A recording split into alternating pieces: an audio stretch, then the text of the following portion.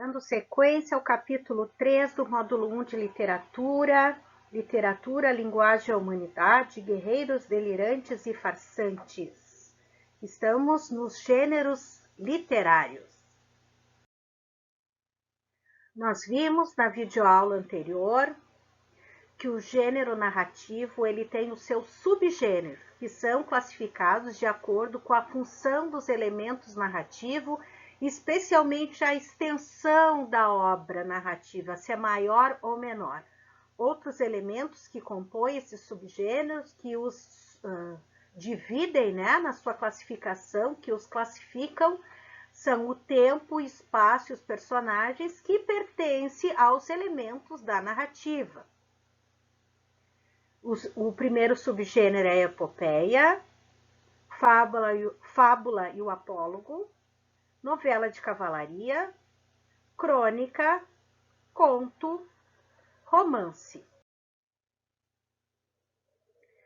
Agora nós vamos ver a classificação de cada um desses subgêneros. O primeiro, a epopeia.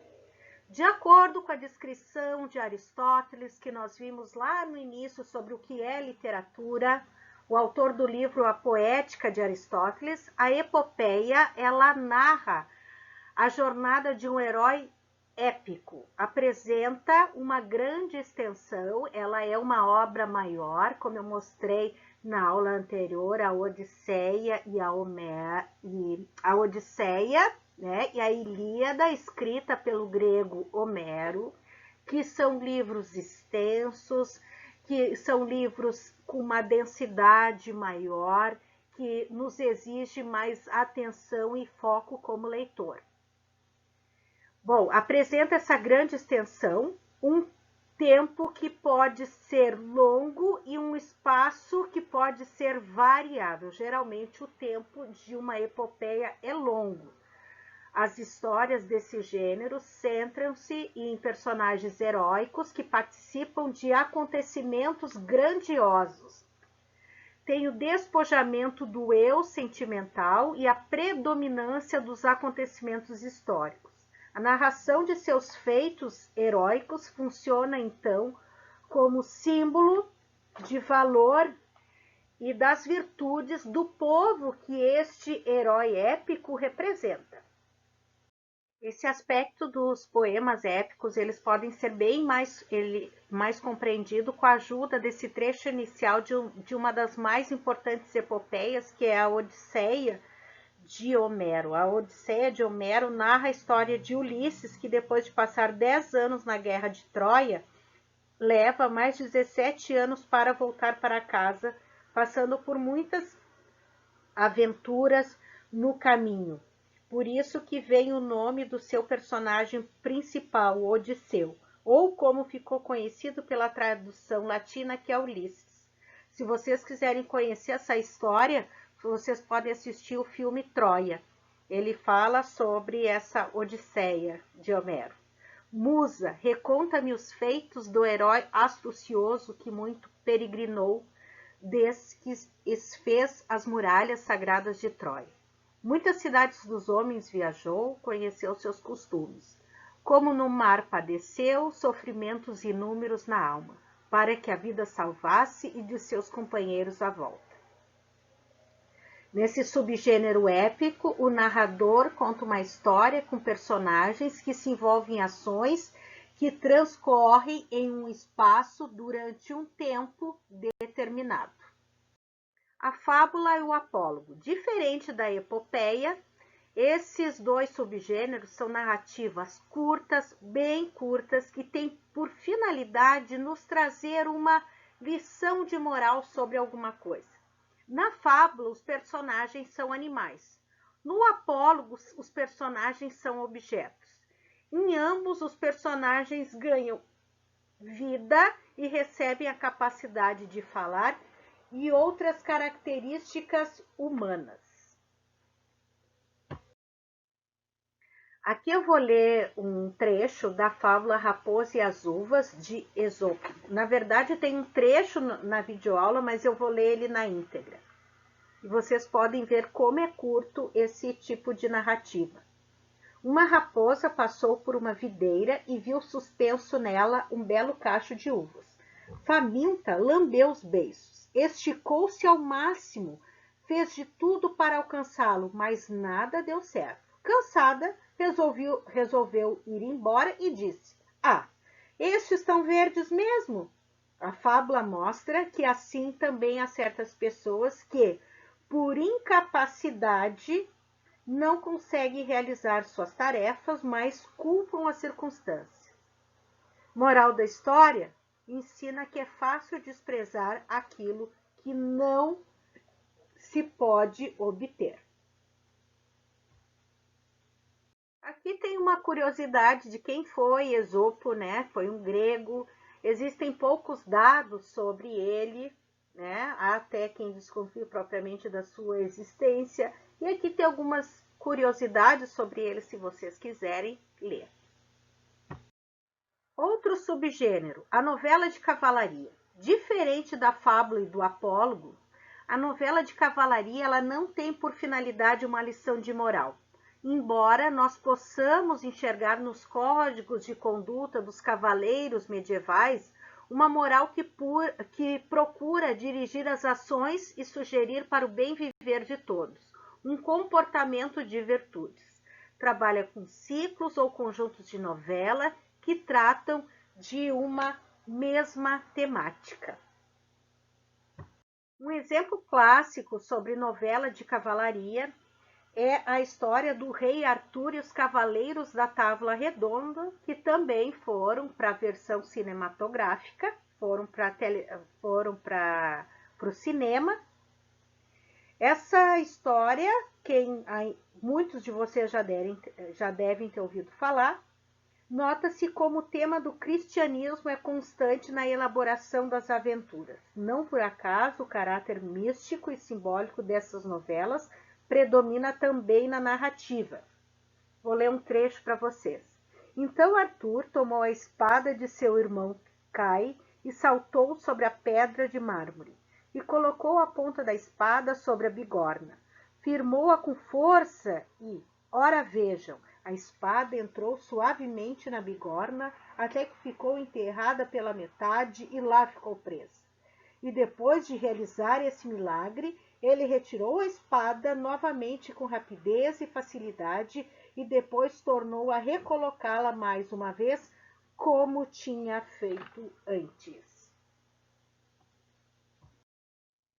E a crônica e o conto? Bom, são textos considerados breves, porém existem contos que têm muitas páginas e existem crônicas que parecem contos. Vamos saber qual é o significado de cada uma? O conto é uma literatura de ficção. A crônica é um texto jornalístico com viés literário. Jornalismo com literatura. No conto tem autor e tem narrador.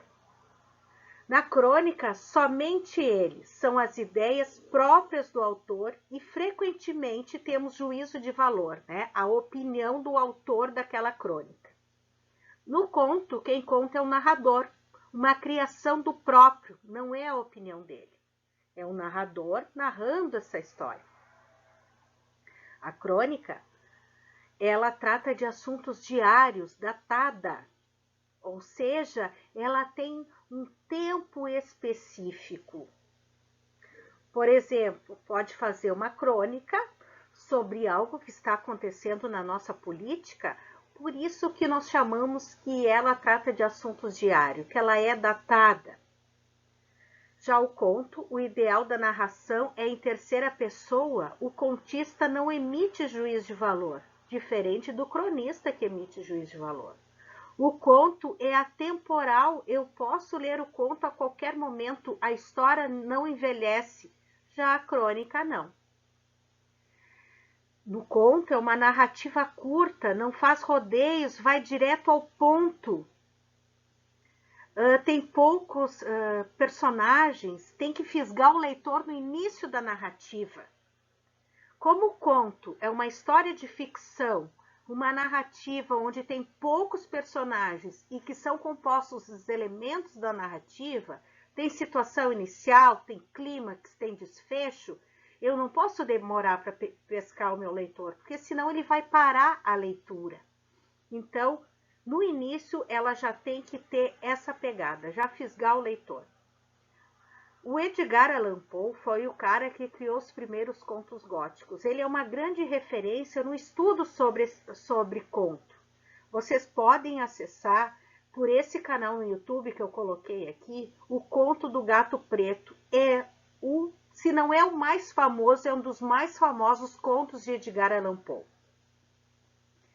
Já na crônica, ela faz a reflexão crítica sobre assuntos no cotidiano. Pode envolver personagens? Pode. Ou acontecimentos em si? Sim. Pode ter humor? Pode. Exemplos são as crônicas do escritor Luiz Fernando Veríssimo. Por que muita gente as confunde com conto? Porque ele cria personagens nas suas crônicas, mas são personagens que fazem parte do nosso cotidiano. Por exemplo, ele tem uma crônica bem famosa que ele relata de uma forma bem humorada, que é o estilo dele, o humor, dois casais que se conhecem, um casal que se conhece, e eles estão no início do relacionamento, e a namorada, para impressionar, começa a falar para o namorado que gosta de futebol, e eles vão para uma partida de futebol, e ela acaba se levantando e gritando gol pro time que o namorado não é torcedor. Então, o que acontece com aquilo tudo? Ele acaba vendo que ela estava fazendo uma história, na verdade, para conseguir pegar ele no início do namoro, e que ela não curtia futebol e não manjava de futebol coisa nenhuma. Quais foram os casais que nunca brigaram por causa de partida de futebol, ou até por serem de times diferentes? Então, ele traz para a crônica, ele cria personagens, mas são personagens que a gente, ao ler a crônica, a gente se identifica, ou se a gente não se identifica diretamente, a gente consegue identificar outras pessoas à nossa volta que já passaram por situações parecidas como essa. E o cronista, ele também pode fazer uma análise crítica de alguma situação por meio da ironia, lógico que é o perfil bem do Luiz Fernando Veríssimo, mas o cronista, ele pode utilizar a primeira pessoa para fazer alguma crítica sobre algo que está acontecendo na nossa sociedade. Por exemplo, a Marta Medeiros.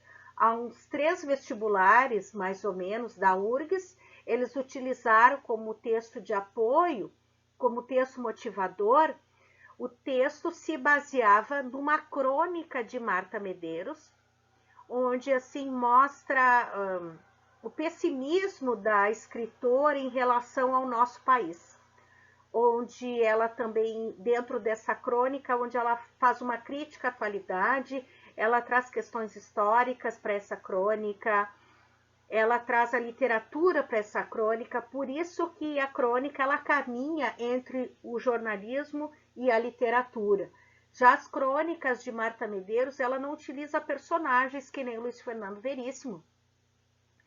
Essa crônica da Marta Medeiros, que saiu no vestibular da URGS, na verdade, não é uma das crônicas mais frequentes da Marta Medeiros, porque a Marta Medeiros ela tem um público leitor muito feminino. Então, geralmente, as crônicas dela refletem questões, dilemas, sofrimentos, alegrias, anseios, desejos da mulher. Por isso que a maioria das crônicas dela são direcionadas para essa recepção feminina, que nem a gente chama, o seu público, que é o seu maior público leitor. Vocês podem acessar pela internet as crônicas de Marta Medeiros para ler.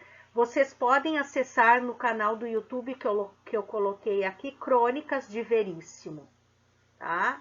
É interessante vocês assistirem o conto Gato Preto, do Edgar Allan Poe, e depois as crônicas do Veríssimo, e também procurar as crônicas de Marta Medeiros, para vocês identificarem bem esses 2 tipos de subgêneros que pertencem ao gênero narrativo.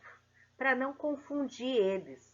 Até, de repente, se vocês forem produzir uma crônica, enfim, para vocês diferenciarem. Vocês já produziram um conto, inclusive, em literatura, lá no início, quando nós iniciamos, onde eu pedi que fosse uma história curta, que tivesse poucos personagens, eu coloquei trechos e depois vocês davam a sequência na história. Dúvida, se ficou alguma dúvida entre conto e crônica, coloquem na plataforma as perguntas de vocês. Algum texto de conto e crônica que vocês gostariam de ler, eu posso procurar e disponibilizar para vocês via plataforma. O outro subgênero é o romance, que apresenta um acontecimento ficcional que envolve vários personagens e pode tratar de diferentes temas. Aqui tem o nosso famoso Dom Quixote de la Mancha, de Miguel de Cervantes, que eu mostrei para vocês na última videoaula, que tem mais de 600 páginas. É um livro maravilhoso de ler. Se não foi o melhor, eu acho que foi um dos melhores romances que eu já li. E dependendo do tema desenvolvido, a gente pode dizer que o romance ele pode ser policial, ele pode ser psicológico, ele pode ser histórico, ele pode ser regionalista e assim por diante. O romance, na verdade, ele é a epopeia burguesa moderna. Por que eu falo a epopeia burguesa moderna? Porque as epopeias são aquelas narrativas extensas, né? Não que Dom Quixote não seja, ele tem mais de 600 páginas, a obra completa, né? A tradução original de Dom Quixote. E a epopeia que traz os feitos dos heróis épicos. Então, por isso que nós chamamos que o romance, ele é essa epopeia burguesa moderna. Por quê burguesa? Os romances, eles quando começaram a surgir lá no século XVIII, aqui no Brasil, os romances eles vinham da França, dos escritores franceses. Então, o burguês, que era uma classe social em ascensão lá no século XVIII, começa a ler esses romances franceses. Lá pelas tantas, os romancistas que surgem no nosso país começam a escrever os romances. E os romances escritos pelos nossos escritores brasileiros começam a cair no gosto dessa burguesia, dessa nova classe em ascensão. Então, a gente pode citar como o principal romancista foi o José de Alencar. Foi o cara, assim, que foi o principal cara da época da prosa do romance romântico no Brasil, que vocês vão ver lá na segunda série do ensino médio. Então, quem consumia a leitura dos romances, começou com a sociedade burguesa, os burgueses, a nova classe social que surgia. Bom, voltando a Dom Quixote de la Mancha, é, segundo a crítica literária, o precursor do romance moderno.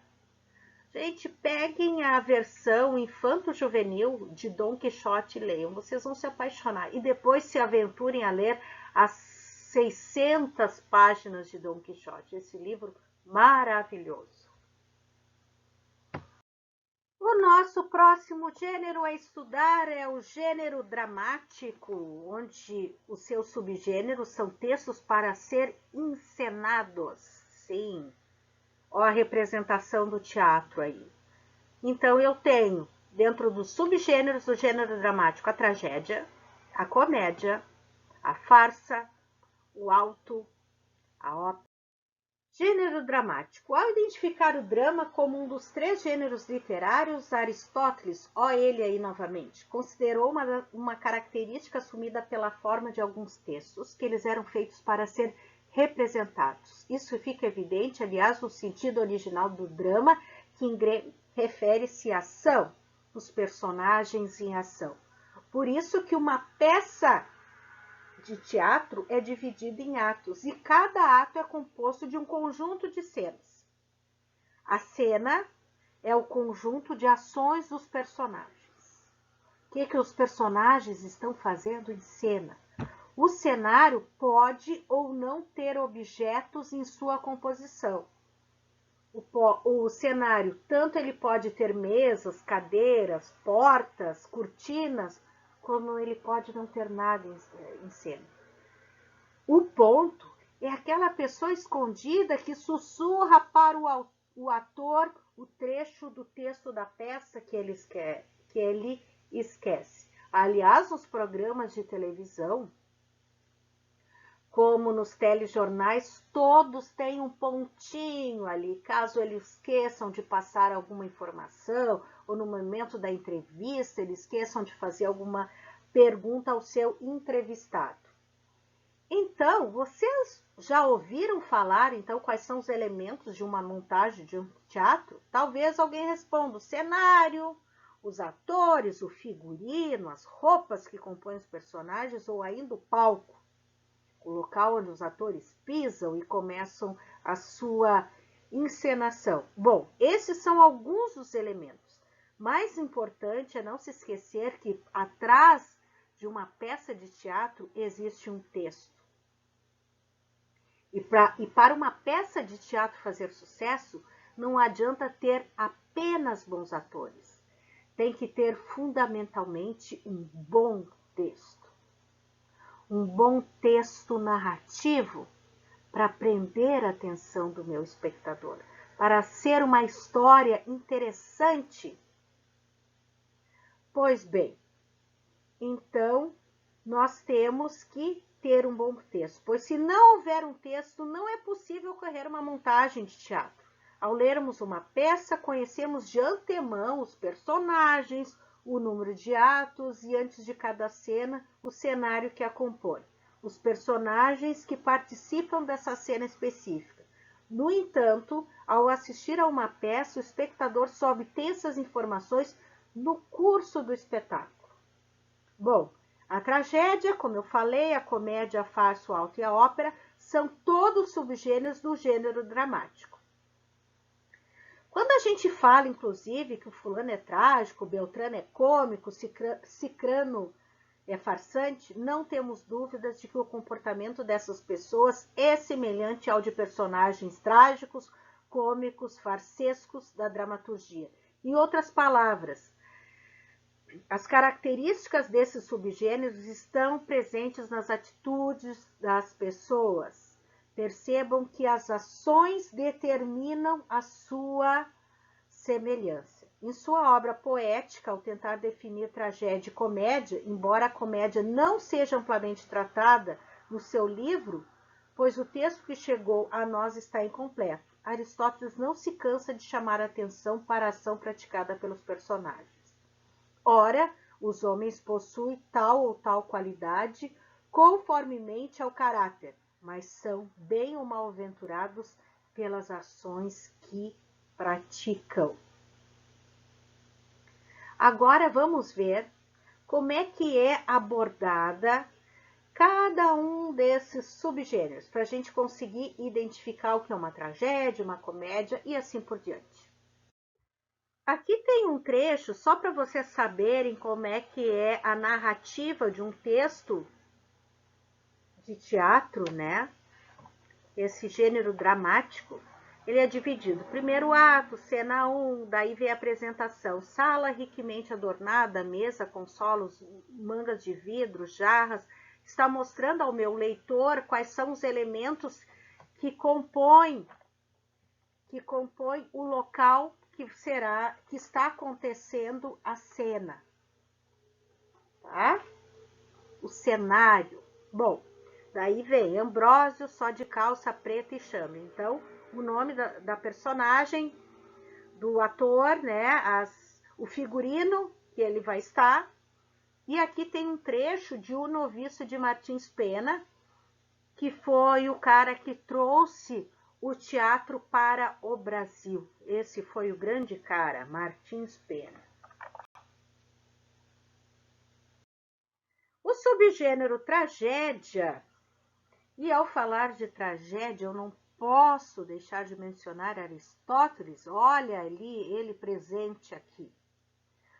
Segundo Aristóteles, Uma peça trágica representa ações de homens superiores, ou seja, homens de caráter elevado.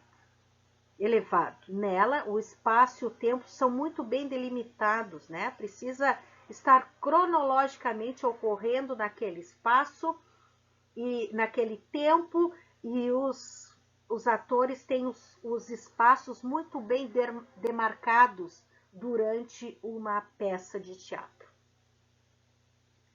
Bom, a catarse é o princípio ordenador que tem por efeito a purificação, tá? Bom, o texto ele não é apresentado por narrativa, mas mediante atores, não tem um narrador, né? Tem atores em cena representando esta narrativa, essa peça trágica. E o texto da tragédia, que é bem importante a gente saber, ele deve suscitar o terror e a piedade no espectador. Na tragédia, existe o coro de atores, que são aqueles atores que levam para a plateia informações acerca da peça. Eles entram em cena e eles levam informações a respeito da peça. Tá? É coro, não confundam coro de atores com narrador, não. Coro é o grupo de atores que levam informações sobre a peça durante a apresentação. Na tragédia Medeia, uma das mais clássicas do dramaturgo grego Eurípides, nós estamos em 484 a 406 a.C., a protagonista, em ato de vingança contra a infidelidade do marido, assassina os filhos do casal. Isso não suscita o terror e a piedade no espectador? Espanto suscita. Então, na peça trágica, precisa causar essa comoção, sabe? Esses sentimentos. Bom, tem um trecho aqui de Medeia que fala o seguinte: está traçado, amigas, mato os filhos e apresso a fuga. Não existe um ser somente que suporte ver o braço bruto sobre os seus. Não tardo, se é isso que há de ser. Ó coração, oplita descumprir esse ato horrível. Se ananque o imperativo o dita. Empunha mórbida mão, ó Gládio, e mira o triste umbral de Tânatos. Deslembra o amor de mãe. Não te apequenes na jornada brevíssima de um dia. Não te atenhas ao fato de que um deles és a origem. Posterga tuas lágrimas. Amastes quem dizimas. Funesta a moira mestra. Medeia entra no palácio. Bom, essa peça Medeia ela é encenada frequentemente, lógico. Inclusive, no livro de vocês tem uma foto dessa peça sendo encenada pela atriz Renata Sorrah, que ela interpreta a Medeia, que é a personagem que dá o nome a esta tragédia escrita por Eurípides. A capa, né, do livro da Eurípides, aqui nesse livro a gente tem o texto, a narrativa integral da história, né? Também tem adaptação para literatura infanto-juvenil. Aqui uma imagem de um dos filmes de Medeia, porque é lógico que essa peça de teatro ela foi para o cinema, né? E Hamlet, de William Shakespeare, leitura obrigatória do vestibular da URGS deste ano. Bom, nós estamos aqui entre 1564 e 1616, que foi o tempo de William Shakespeare, né? E essa é uma das peças assim mais importantes desse escritor. Ela foi adaptada para a história em quadrinhos, para a literatura infanto-juvenil, para o cinema. Constantemente existem peças de teatro, grupos teatrais que encenam Hamlet, né? E aqui eu vou ler um trecho dessa peça que diz o seguinte: Hamlet, deixa eu ver, pega o crânio. Olá, pobre Yorick. Ah, Horácio, eu conheci Horácio, um rapaz de infinita graça, de espantosa fantasia, 1000 vezes me carregou nas costas e agora me causa horror só de me lembrar. Me revolta o estômago, daqui pedi uns lábios que eu beijei quantas vezes. Ao crânio e orique, onde anda agora as tuas piadas, tuas cambalhotas, tuas cantigas, teus lampejos de alegria que fazia a mesa explodir em gargalhadas. Nem uma gracinha mais, zombando da tua própria dentadura, que falta de espírito, olha, vai até o quarto da minha grande dama e diz a ela que, mesmo que se pinte com 2 dedos de espessura, este é o resultado final. Vê se ela ri disso. William Shakespeare, né? Estou lendo essa cena em que ele pega o crânio de quem foi o famoso povo da corte, né? Que animava o palácio. Bom, com o passar do tempo, as tragédias, é lógico que elas passam por mudanças, né? A leitura de um texto de Shakespeare, por exemplo, em confronto com um dos textos dos autores Eurípides, Sófocles e Esquilo, que nós estamos falando de um período bem anterior de William Shakespeare, né? Eu falei, inclusive, ali, ó, 484, 406 a.C., a Medeia de Eurípides, William Shakespeare, 1564, 1616, mostra que houve uma transformação em relação ao modelo grego. É possível dizer ainda que o objetivo de promover a catarse permanece presente. É o grande número de montagens das peças dos clássicos gregos e de Shakespeare confirmam isso. Então, sempre tem grupos de teatro que vão estar encenando essas tragédias de dramaturgos gregos, como as tragédias de William Shakespeare, e sempre serão sucesso e sempre vão lotar os teatros. Bom, nesse subgênero comédia, a gente não tem assim informações de Aristóteles, porque na verdade a poética ela não foi assim uma obra que ele conseguiu acabar, né? Então, o que nós temos da comédia que foi o que a história, enfim, os historiadores, os escritores conseguiram resgatar. Porque a poética ela chegou aos leitores, ela chegou a quem conseguiu traduzir e transformar numa obra que faz parte do estudo da literatura, ela chegou de uma forma incompleta, inacabada, né? Bom,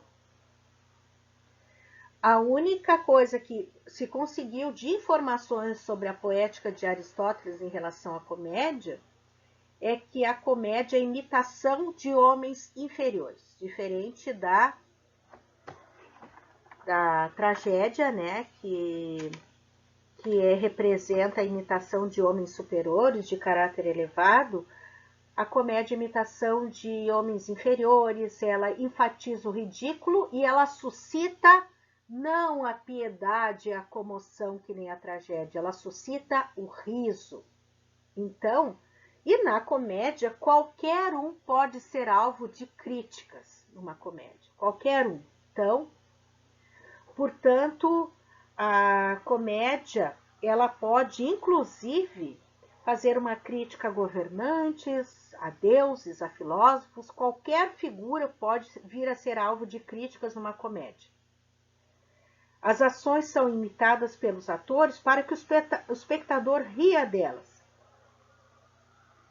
Certo? Então, comédia é imitar as ações de homens inferiores. Aqui tem a imagem de uma comédia chamada O Avarento, de Molière, tá? Ele viveu de 1622 a 1673 e foi um dos dramaturgos franceses mais importantes do século XVII.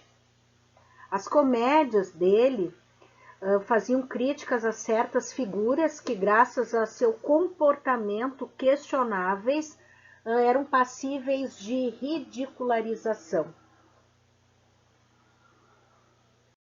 Dentro do gênero narrativo existem outros subgêneros e um deles é o auto, que é uma peça de teatro curta, na maioria das vezes de cunho religioso, Os atores geralmente não representam seres humanos, mas sim entidades abstratas, como a bondade, a virtude, a hipocrisia, o pecado, a gula e a luxúria.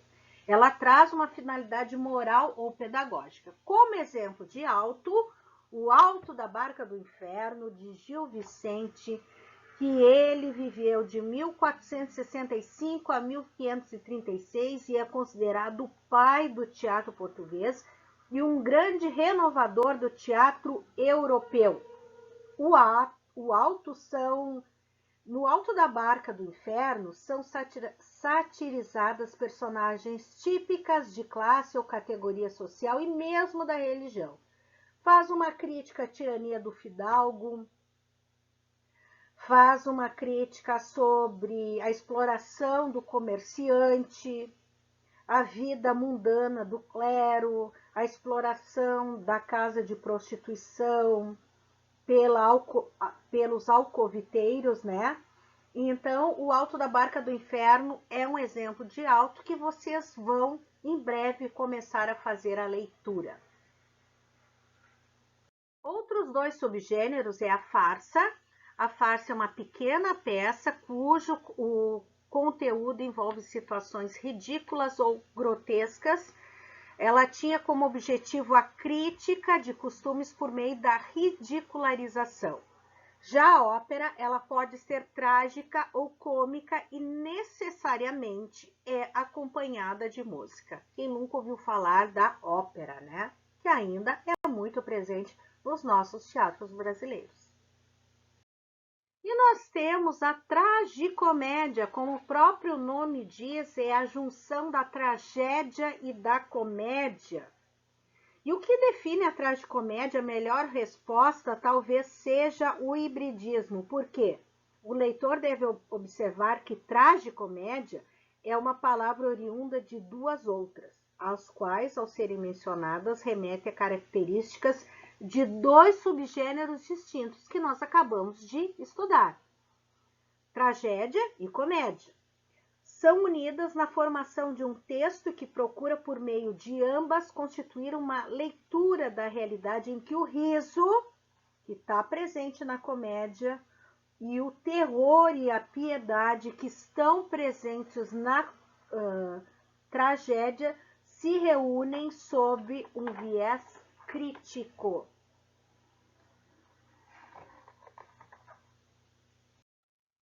Na dramaturgia brasileira, a gente precisa falar de Padre José Anchieta, que viveu de 1534 a 1597, padre da Companhia de Jesus. O surgimento da dramaturgia brasileira tem a história de Padre José Anchieta. Vocês já devem ter ouvido falar sobre ele nas aulas de história.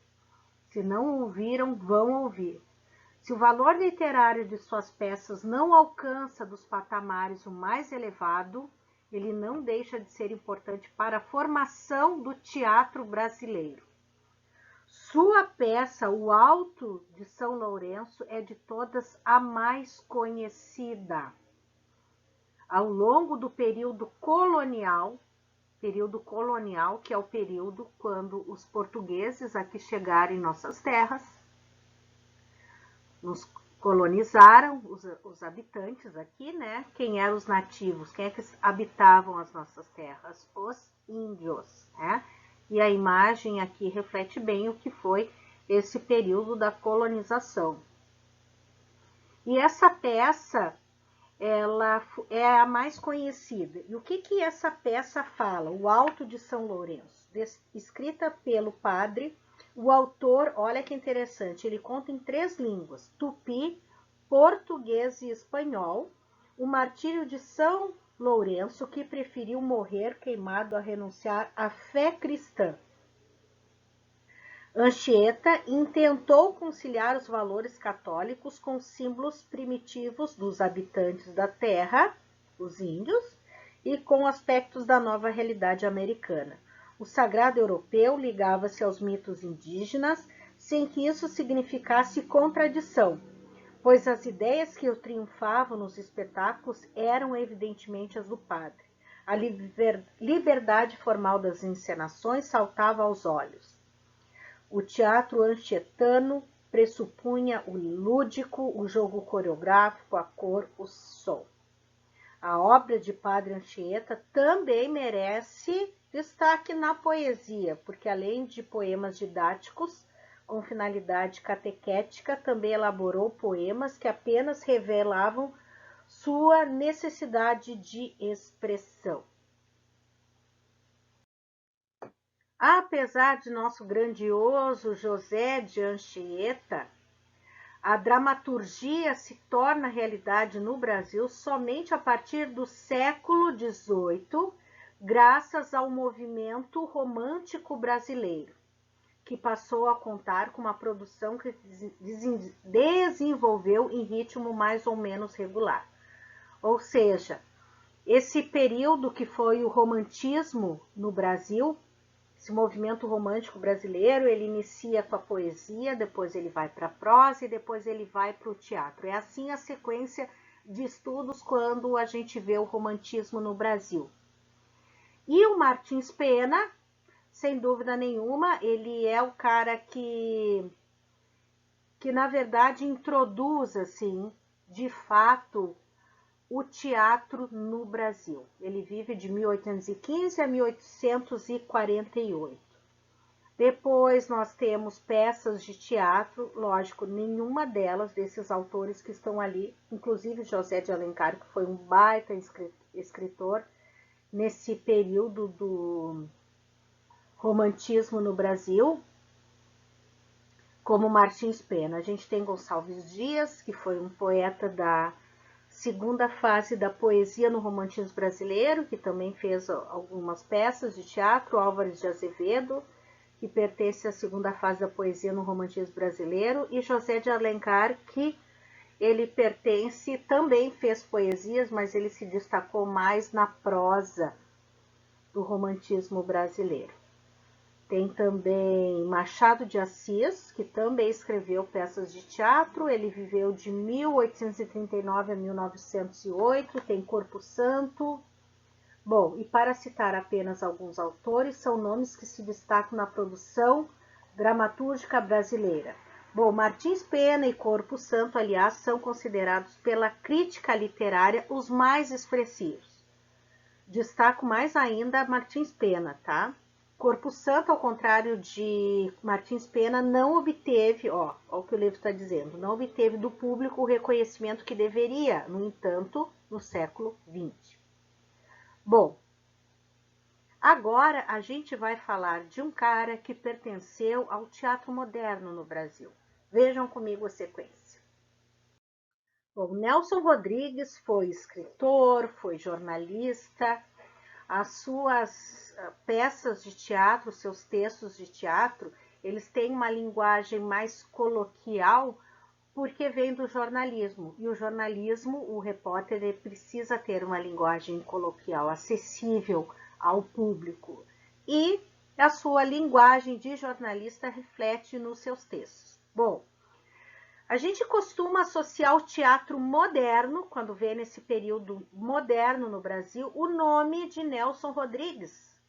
Ele viveu de 1912 a 1980, ele foi um grande defensor da ditadura militar, até que um dia o seu filho foi morto pelos militares. Bom, a peça de estreia dele é a chamada Vestido de Noiva, em 1943, que configura um divisor de águas com a projeção de um texto que nos colocaria finalmente no caminho da modernidade. O fato é que, nos anos 1950 e 1960, o Brasil assistiu ao surgimento de companhias e grupos de teatro que potencializaram as artes cênicas no país, como o Teatro Brasileiro da Comédia. Em 1948, o famoso Teatro de Arena, de 1953 a 1972, e perseguido e fechado pelo regime militar, o Teatro Oficina, em 1958. Então, a gente considera o Nelson Rodrigues o cara que a gente associa ele ao cara que consolida esse teatro moderno no Brasil, e vocês vão estudar sobre ele na terceira série do ensino médio. Existem outros caras que surgem no nosso teatro brasileiro, como Gianfrancesco Guarnieri, quem mais que eu posso citar? Rui Guerra, Dias Gomes, Milor Fernandes, João Cabral de Melo Neto, e eu destaco Ariano Suassuna. Bom, por que Ariano Suassuna? O Ariano Suassuna, ele escreveu O Alto da Compadecida, inspirado em quê? Em O Alto da Barca do Inferno, de Gil Vicente. Sim, ele se inspira neste cara aqui que traz o teatro a Portugal. E Ariano Suassuna, a história do Alto da Compadecida, ela reflete o Alto da Barca do Inferno. Vocês vão ler o Alto da Barca do Inferno, e depois, se vocês não quiserem ler o livro, O Alto da Compadecida, vejam o filme do Alto da Compadecida, que vocês vão se lembrar imediatamente do Alto da Barca do Inferno.